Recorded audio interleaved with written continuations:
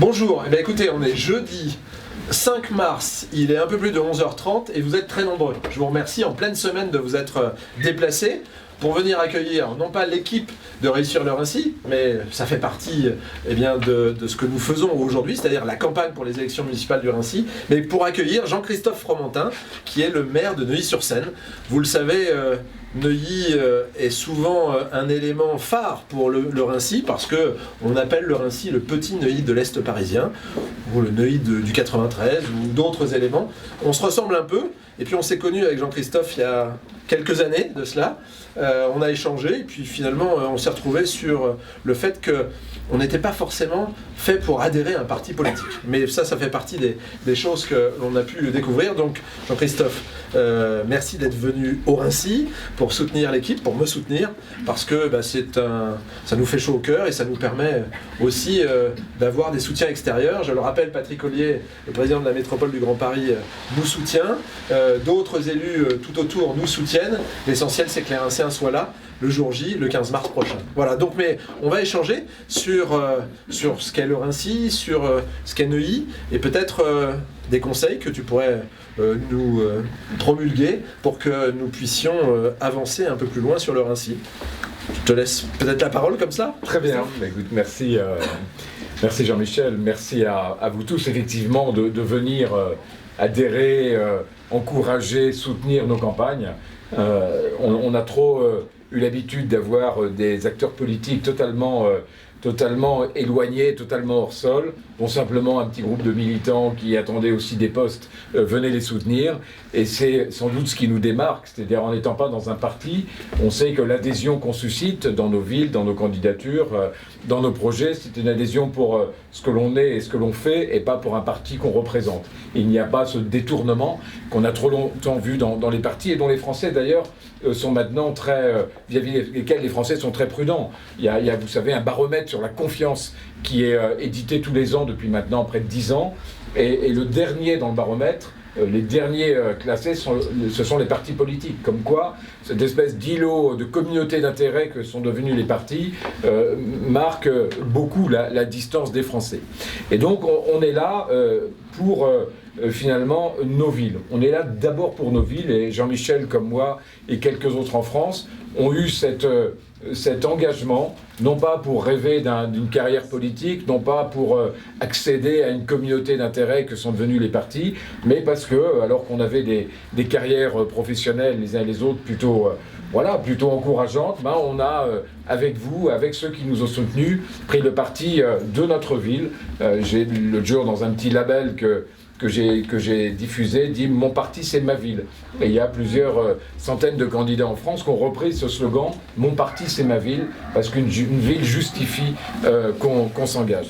Il y a un autre élément qui est important pour nous et qui justifie ces liens un peu privilégiés qu'on a, c'est cette construction métropolitaine.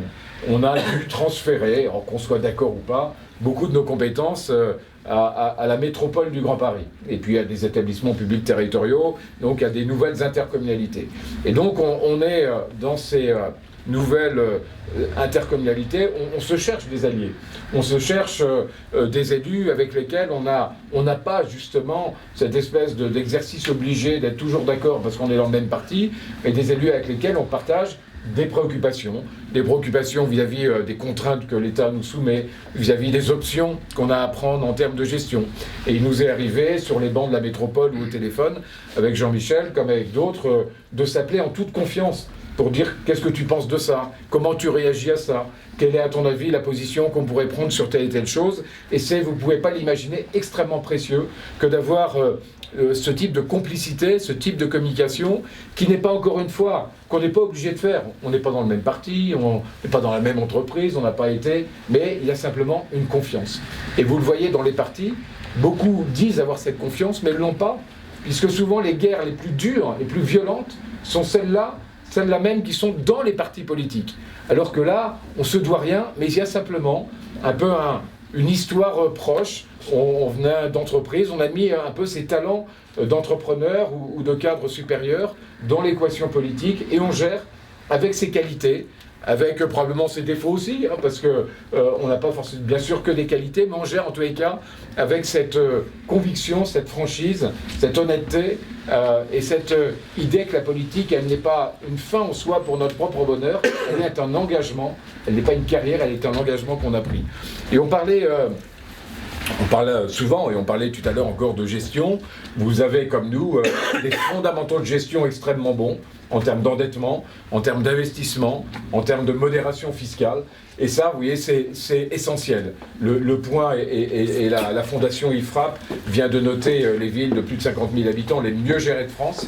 Neuilly est en tête, vous voyez, je l'ai appris hier soir, alors c'est bien sûr une grande satisfaction, mais c'est important de mettre en avant, et je sais Jean-Michel que tu y tiens beaucoup, cet élément parce que tous les sondages d'opinion montrent que pour cette élection municipale, il y a parmi les préoccupations les plus essentielles des Français, de grâce, messieurs les maires, gérez bien notre argent. On est tellement pressurisé sur le plan fiscal que si le maire n'est pas le premier bon gestionnaire des services publics auxquels on tient, alors il n'y a plus grand monde à qui croire. Et on vient de le voir, l'État s'est fait épingler durement par la Cour des comptes pour sa mauvaise gestion. On imaginait, peut-être certains d'entre nous, que l'État et que le fait d'avoir un nouveau président améliorerait la gestion du pays. Non, et les agences de notation viennent de dégrader la France pour sa mauvaise gestion, sa dette, ses déficits, etc. Donc le dernier îlot de clairvoyance, de prospérité, d'engagement, ce sont nos communes. Et je pense qu'on est peu à avoir cette expérience avant la politique, on est peu à l'appliquer dans notre gestion municipale, et c'est la raison pour laquelle il est important de se tenir les coudes dans cette métropole, dont on sait aussi qu'elle cherche à nous enlever un certain nombre de compétences pour mutualiser la bonne gestion que certains d'entre nous avons mise en œuvre et continuons à assurer. Donc voilà, pour des raisons aussi amicales, bien entendu, je suis heureux d'être avec Jean-Michel à ses côtés, et heureux d'être avec vous, parce que vous êtes aussi ceux qui laissez la lumière allumée dans la politique. Il y a la grande politique et la télé, etc., mais il y a la politique de confiance, celle de la proximité, et il y a malheureusement de moins en moins de gens qui y attachent une importance. On est tous marqués quand on tracte par l'indifférence. Je m'en fous, la politique c'est pas mon sujet, j'en ai rien à faire, alors que, voilà, qu'on soit d'accord ou pas, qu'on le veuille ou non, la politique elle s'invite tous les jours, toutes les heures dans le quotidien de nos vies. Et donc ceux d'entre vous qui acceptez de s'en mêler, de dédier du temps, d'encourager ceux qui se mettent sur l'affiche avec tous les risques que ça le comporte, méritent aussi d'être remerciés et d'être encouragés dans leur engagement. Voilà, merci. Merci.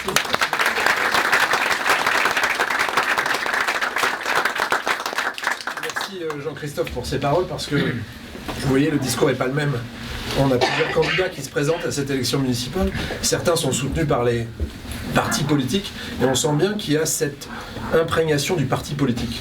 Alors qu'il faut être soi-même, il faut arriver avec son bagage, avec ses compétences, et pouvoir les exprimer tous les jours. C'est tous les jours qu'on peut les exprimer. Et puis il faut aussi avoir une vision. Tu en as parlé un petit peu sur la gestion de ta ville, mais on doit préparer les choses à l'avance. Tout est préparé à l'avance. On voit des élus qui ne préparent pas les choses.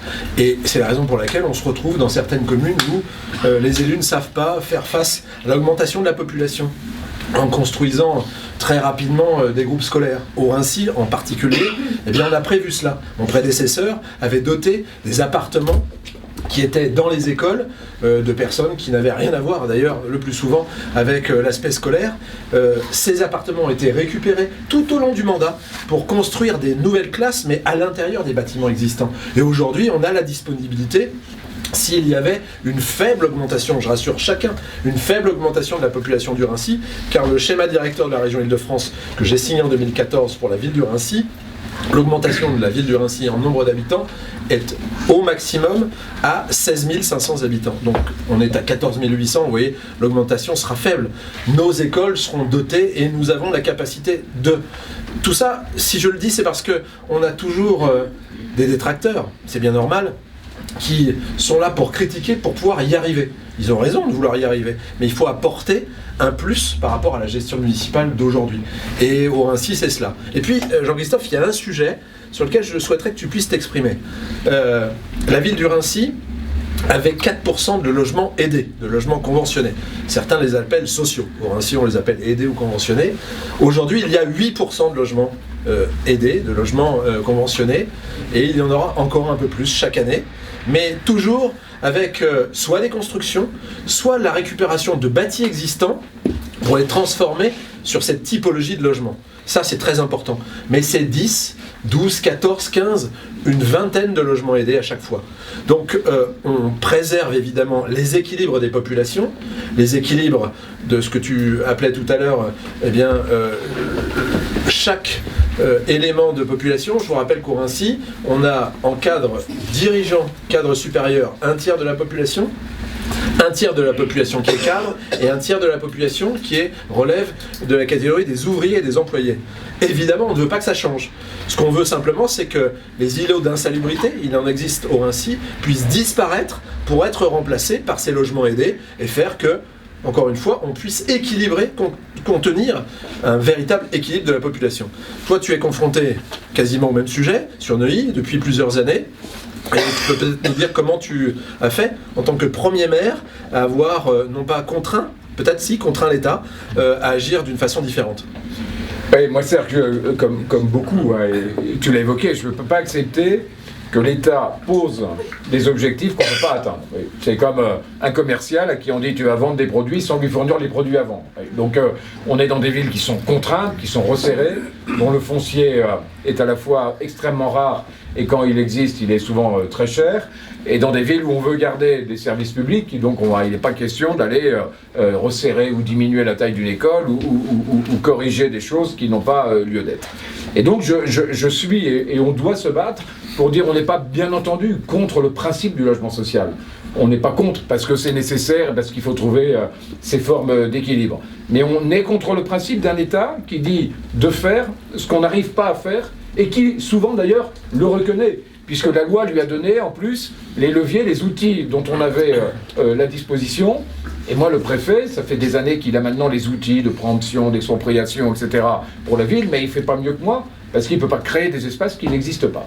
Et donc j'ai entamé il y a quelques temps, il y a quelques années, un contentieux. J'ai dit à l'État, j'ai saisi la justice pour dire on ne peut pas imposer à une ville ce qu'elle ne peut pas faire, et payer des centaines de milliers, voire des millions d'euros d'amende dans mon cas, c'est presque plus de 6 millions d'euros d'amende par an à Neuilly, alors que j'ai fait 1500 logements sociaux depuis que je suis élu, et dès que j'ai une opportunité, bien entendu, je l'exploite. Et je viens de gagner, en juillet dernier, à la cour, à la cour administrative d'appel de Versailles, le premier contentieux gagné par une ville contre l'État, depuis la loi Guesso, depuis 20 ans. Et donc ça a créé, ça a posé un pavé dans la mare et mis la panique au ministère du Logement, qui bien sûr va au Conseil d'État pour se défendre, et je pense qu'on gagnera au Conseil d'État, et je pense qu'il sera important avant 2025, qui est la fin du processus dit loi SRU, de poser un nouveau rapport de force avec l'État, en disant bien sûr, quand on peut le faire, on le fait, mais tu ne peux pas, toi l'État, nous mettre dans l'angle. Tu nous mets déjà dans l'angle sur beaucoup de choses, en nous demandant de faire ce que tu n'arrives pas à faire, mais tu ne peux pas, là, nous pénaliser comme la loi SRU le fait. Donc je suis extrêmement attaché avec, comme Jean-Michel et quelques autres maires, et c'est ça aussi d'ailleurs qui nous donne une certaine force dans notre liberté. C'est-à-dire que le gars qui... moi je vois les concurrents à la REM en ce moment. Je leur dis, tu vas attaquer le ministère où c'est ton copain qui est ministre ou conseiller du ministre? Tu vas avoir cette indépendance aujourd'hui devant l'AREM et demain le PS ou les Républicains. Vous allez avoir cette indépendance si vous êtes au pouvoir, quand vous êtes maire d'un parti qui est au pouvoir, qui va dire non, mais tu comprends, là, il ne s'agit pas de mettre en porte-à-faux le ministre ou telle administration. Comment tu gères cette cohérence entre les intérêts de la ville et les intérêts du parti au pouvoir?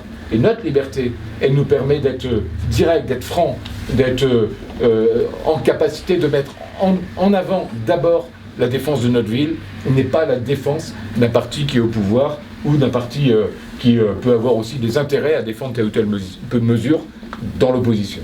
Donc, voilà, la loi SRU, encore une fois, elle a fait du bien, mais moi je relisais il y a quelque temps la loi SRU quand Guesso l'avait fait à 20 ans, elle disait du logement, mais elle disait aussi, et il faut s'en rappeler, l'État devait déployer des moyens de communication dans toute la France pour ne pas créer des enclaves, des poches, de la sururbanisation. Elle était une loi d'équilibre à l'époque. Et elle disait, il faut des logements dans toute la France, il faut des transports collectifs dans toute la France. Il faut des trains, il faut des TGV, il faut des RER, il faut des bus, il faut des TER, etc. Alors on a retenu la partie logement, mais l'État n'a pas fait son boulot sur la partie transport. Et pourquoi il y a cette tension dans nos villes? C'est que dans les 3/4 de la France maintenant, c'est le désert. Il n'y a plus de maternité, il n'y a plus de transport collectif, il n'y a plus de café, il n'y a plus tout ce qui fait notre quotidien. Et le Conseil d'analyse économique, il y a 15 jours, suite à la crise des Gilets jaunes, a dit à l'État, mais vous vous êtes trompé depuis des années dans l'appréciation de l'aménagement du territoire. Et pourquoi il y a autant de tensions dans nos villes sur le logement? Et parce qu'on a oublié le reste de la France. Et qu'on dit aux gens, écoute, t'habites dans un village dans la Creuse, c'est super, mais il se passera plus rien. On n'investit plus. Alors soit tu restes comme un pauvre gars dans ton village de la Creuse, ou dans ta maison du Perche, ou dans ta ville moyenne de l'Est, ou tu viens en région parisienne, parce que c'est là où on a mis la modernité et le progrès. Alors le gars, très bien, il prend sa voiture, ses bagages, il arrive ici, puis il dit, où je me loge? Il y a nulle part à se loger. Alors, il va voir des logements sociaux, puis il voit bien que, malgré notre bonne foi, on n'arrive pas à en faire. Parce qu'en plus, on ne veut plus étaler la région, on ne veut plus étaler la ville, pour diminuer les transports qu'on appelle pendulaires. Et donc on a mis les Français dans un angle. Ceux qui sont en ville ont de plus en plus de mal à se loger. Ceux qui sont en grande banlieue, on leur dit, la grande banlieue, c'est quand même un problème à cause de l'environnement. Et ceux qui sont dans nos territoires, on n'a plus de transport, d'équipements, d'hôpitaux, etc., de lycées, et j'en passe. Et on leur dit, écoute, on n'a plus d'ambition là où tu vis. Et ça, vous voyez, on ne peut pas dire après, tiens, monsieur le maire du Rincy, ou monsieur le maire de Neuilly, ou monsieur le maire d'une ville moyenne, tout ça c'est de ta faute. Non, l'État, il y a 20 ans, dit la loi SRU, la loi de solidarité SRU, c'est le logement et le transport. Le logement, on a laissé la patate chaude au maire, et le transport, l'État s'est disqualifié. Et donc c'est pour ça qu'il faut qu'on se batte.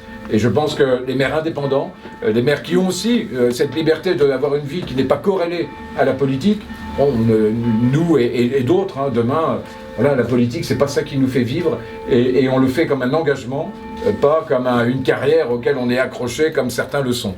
Et ça, c'est formidable de pouvoir se battre avec cette liberté.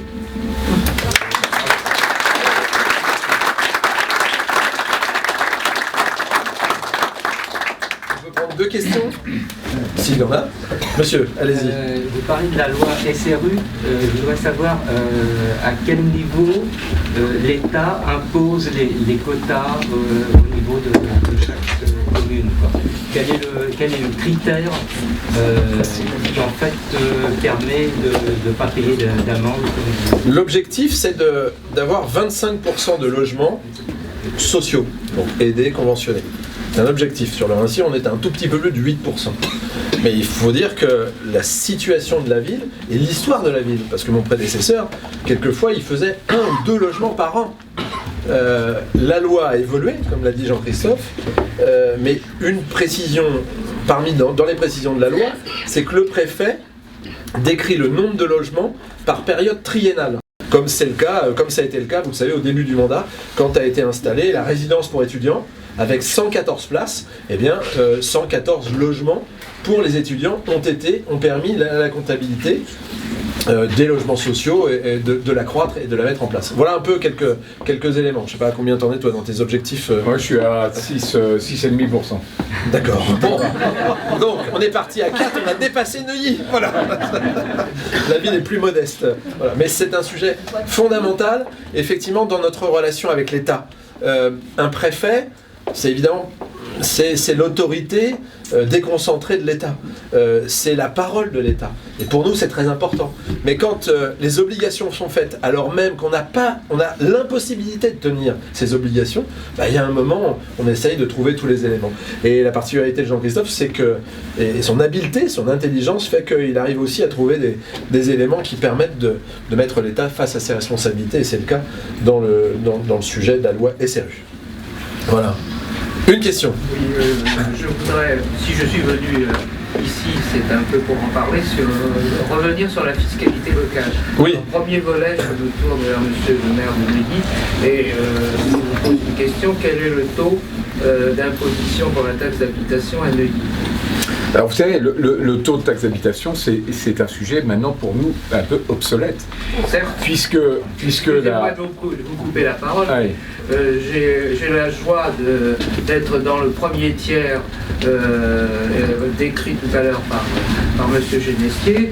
Le premier tiers, c'est-à-dire les gens qui continuent à payer la taxe d'habitation, on nous annonce une réduction de 30% l'année d'avant les élections présidentielles et les 70% pour la disparition complète les 2 premières années du mandat du futur président de la République. Alors, excusez-moi, mais je ne suis pas convaincu dans la série pour faire payer les riches, je ne suis pas du tout convaincu de la disparition complète de la taxe d'habitation. Alors ce que je veux dire, c'est que pour nous, vous voyez, puisque le taux maintenant... même pour ceux... Excusez-moi de renouveler ma question. Oui. À combien, et après, c'est pour rebondir sur le taux du Rincy, un petit historique concernant les trois mandats RPR, et je fais exprès de dire RPR, qui ont précédé le mandat de M. Genestier. Je ne veux pas qu'on fasse des comparaisons de taux, parce que ça n'a pas de sens. Et je pense que... Parce que les taux, c'est une chose... Mais les taux, il faut les combiner avec les bases. Et je ne connais pas les bases, je ne connais pas le taux, donc je ne voudrais pas participer à une comparaison qui demande un peu plus de moyens, de temps et de chiffres pour que la comparaison ait vraiment du sens. C'est la raison pour laquelle je ne vais pas vous répondre sur le taux, mais je préfère vous répondre sur la logique. Et la taxe d'habitation, de toute façon, elle est supprimée pour nos villes en 2023. C'est en tous les cas la loi de finances programmatique qui l'a inscrit comme ça. Ça peut changer, excusez-moi. Oui, ça peut changer, mais bon, quand même, il n'y a pas le gouvernement.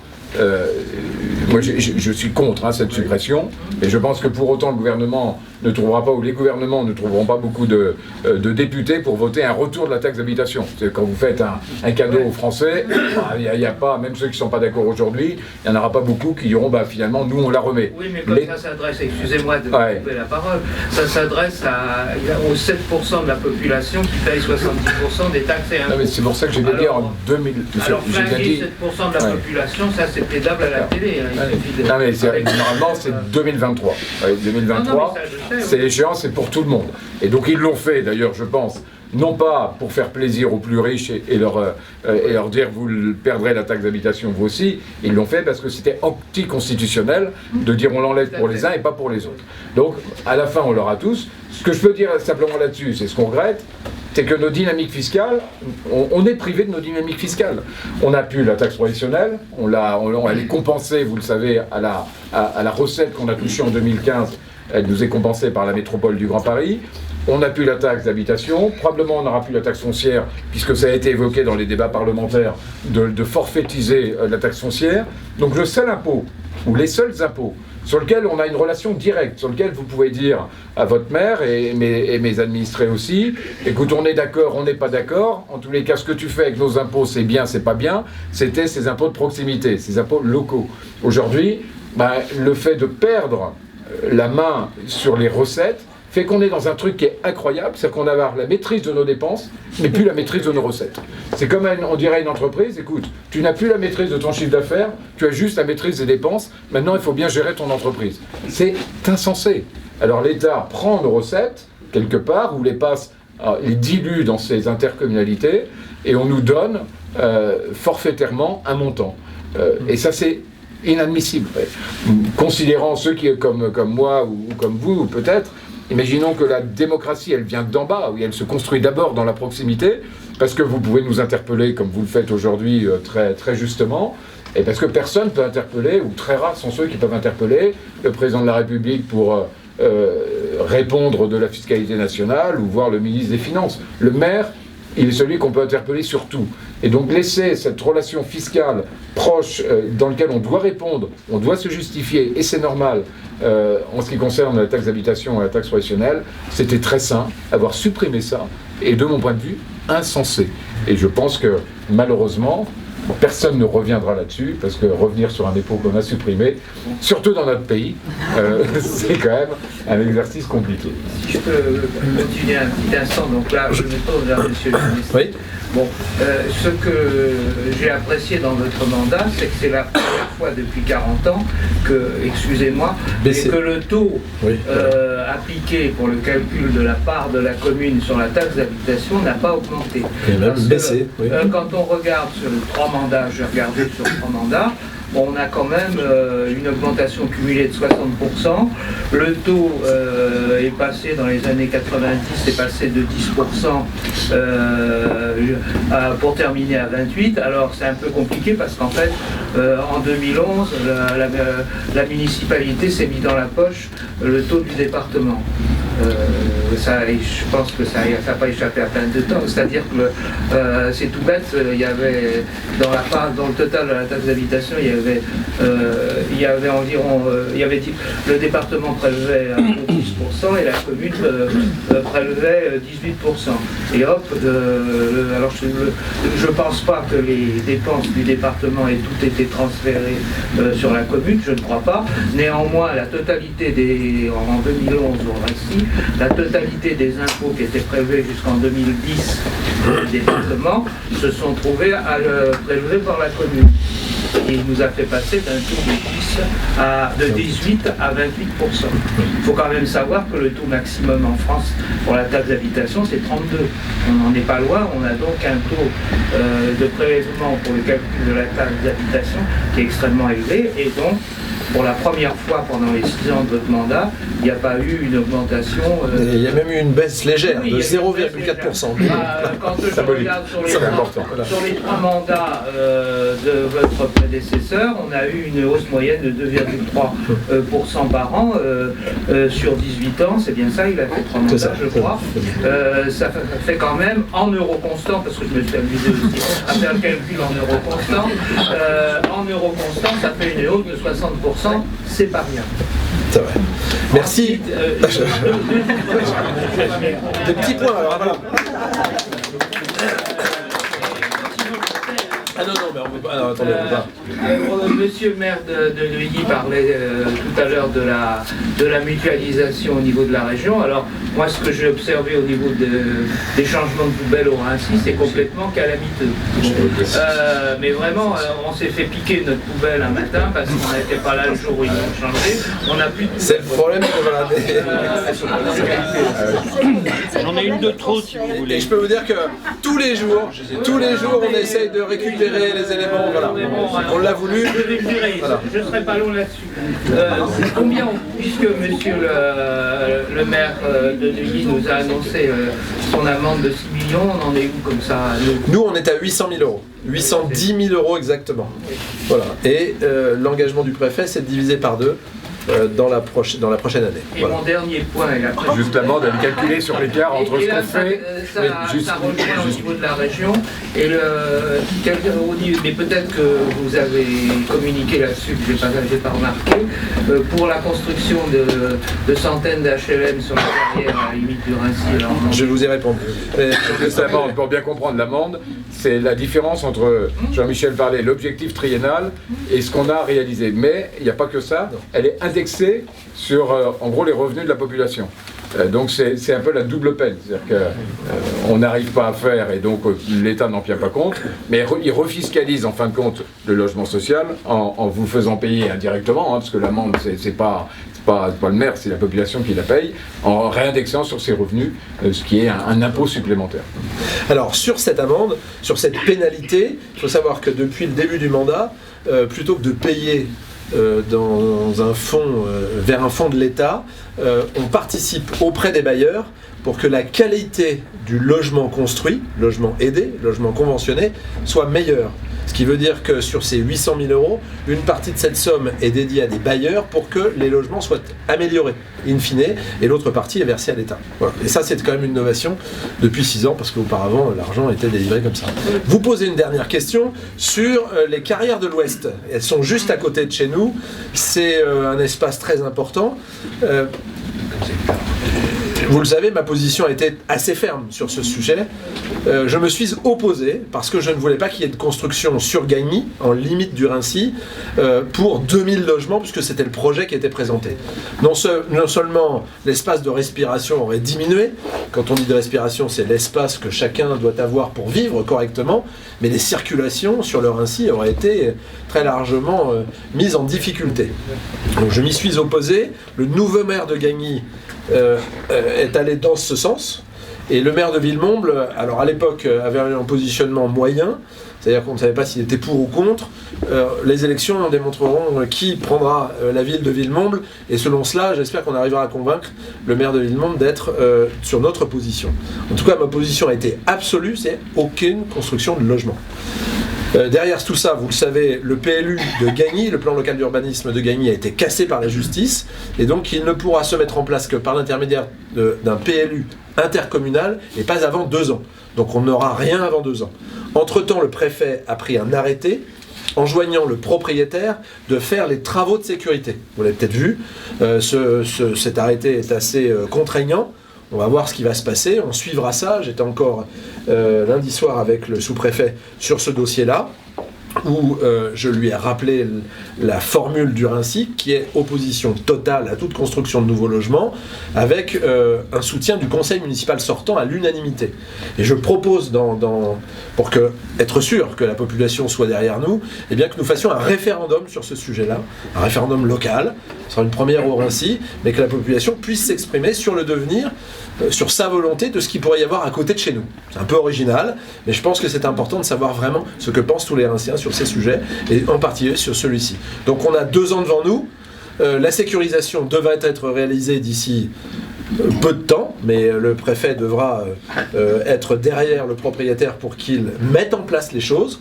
Et puis pour la ville du Rincy, eh bien, je propose encore une fois que la population soit avec le maire, avec l'équipe municipale, et qu'on soit certain qu'il n'y ait pas ces constructions.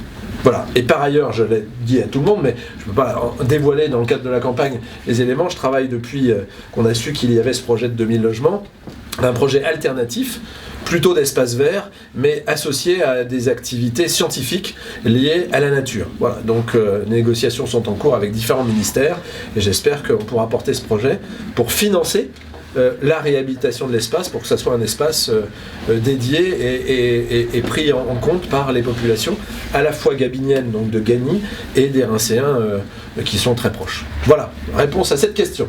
Une dernière question, et puis ensuite Jean-Christophe va peut-être aller poursuivre sa campagne et gérer sa belle ville de Neuilly-sur-Seine. S'il n'y a pas d'autres questions, bah écoutez, moi je vous propose d'applaudir Jean-Christophe.